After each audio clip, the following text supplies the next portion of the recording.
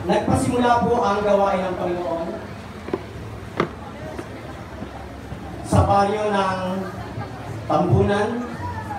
Ito po ay isang lugar na napakalayo na kung saan ang lugar po ito ay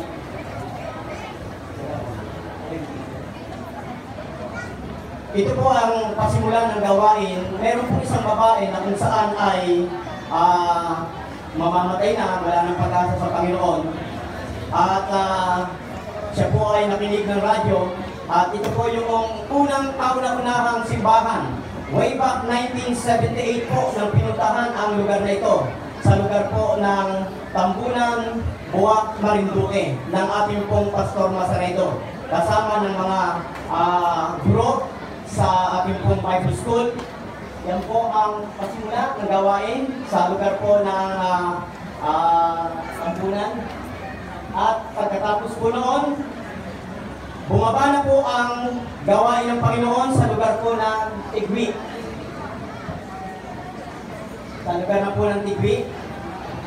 Then, after ng Tigwi, Dorothy Church, nasundan po ito ng Kaigangan. Yan. Pagkatapos po ng Kaigangan, sunod-sunod na po yun, Sibuyaw. At pagkatapos po ay yung pamamaybang mga simbahan. So matotal po, lahat po ng simbahan ngayon sa Marinduque ay umaabot na po sa mahigit 20. At meron pong pioneering church na 4. At ito po ay sa pangunguna ng ating supervisor na walang iba, masipag, nagtsatsaga po sa amin, kahit na mahirap, kahit umuulan, pinagtsatsaga po kami puntahan. Si Ma'am Rebecca Masaredo Tejada. Palakpakan po namin ang Panginoon.